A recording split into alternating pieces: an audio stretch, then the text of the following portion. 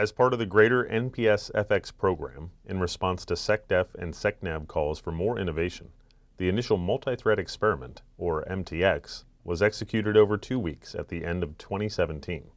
MTX is designed to address the technology gap that exists between current use of unmanned systems and the eventual capability of these systems to support the warfighter in a fully autonomous mode.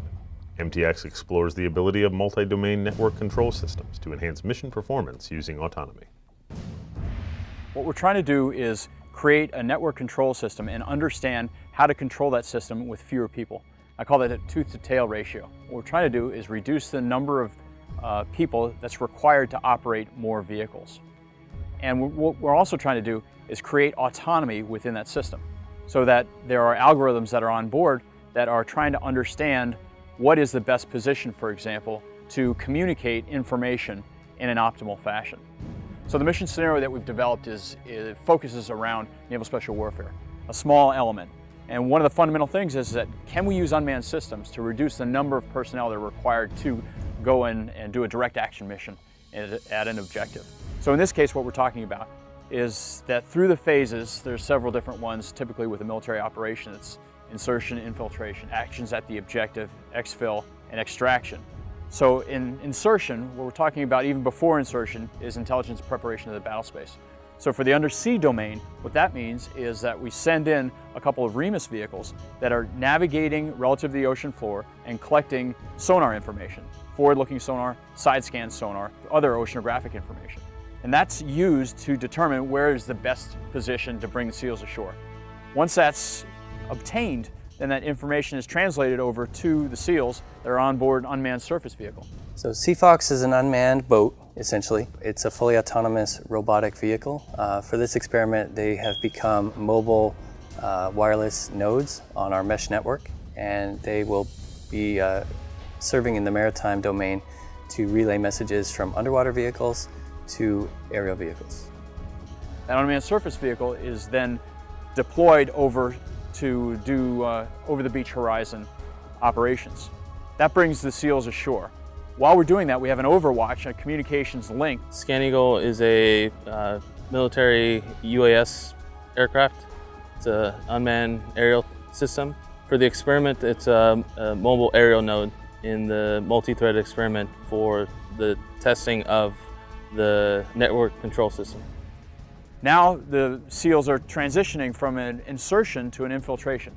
And now they're transiting up to the actions at the objective. So the ScanEagle and the CFOX are both acting as communications relays and also as sensor platforms to support their mission area. Now with the multiple ScanEagles, we can also have digital video transmitted to the SEALs as they're transiting to be able to let them know what's happening at the objective area. Also, in a future vision, they're allowed to control one or more of the ScanEagles from the ground. So the rest of the system, the networked control system, then adapts to make sure that it's got good communications and sensing capability back to their command and control, which in this case is an offshore ship. The other aspect is the outstanding job that the network folks have done in putting up the backbone network and also the aerial network. A lot of work went into that, and also the tools, and that's associated with the Synetics lab at NPS. The role of our team is to bring and implement expertise in putting together self-forming mesh networks to integrate unmanned systems, vessels, and dismounted operators into a seamless network infrastructure and to operate it. So based on that, we've established the backbone, fixed architecture across the island, helped to connect most of the unmanned assets.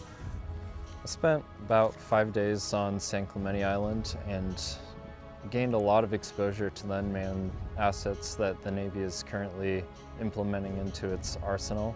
I wanted to participate in the multi-thread experiment because I wanted to be able to take the information that we're learning here at school and apply it in a real-world scenario. And I found it very encouraging and enlightening to see where the Navy is headed and it also provided a perfect case study for which I can frame my thesis in. As an information professional, getting hands-on experience with cutting-edge technologies will help me in the future to employ those technologies when they come about to the Navy as a whole. It's what the team has done has exceeded my expectations. I was concerned about the different vehicles and transitioning through the different phases.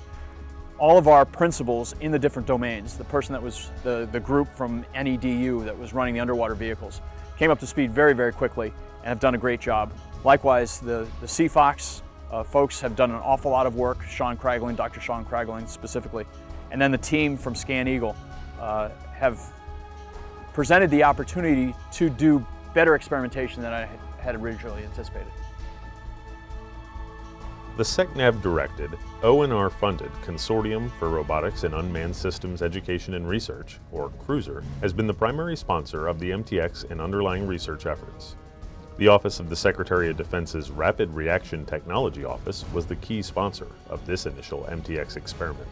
Among the many partners integral to the success of the current MTX effort are SPA War Systems Center Pacific, Commander, U.S. 3rd Fleet, Commander, Naval Surface Force Pacific, San Clemente Island Staff, FACSFAC, Southern California Offshore Range, and Navy Experimental Diving Unit.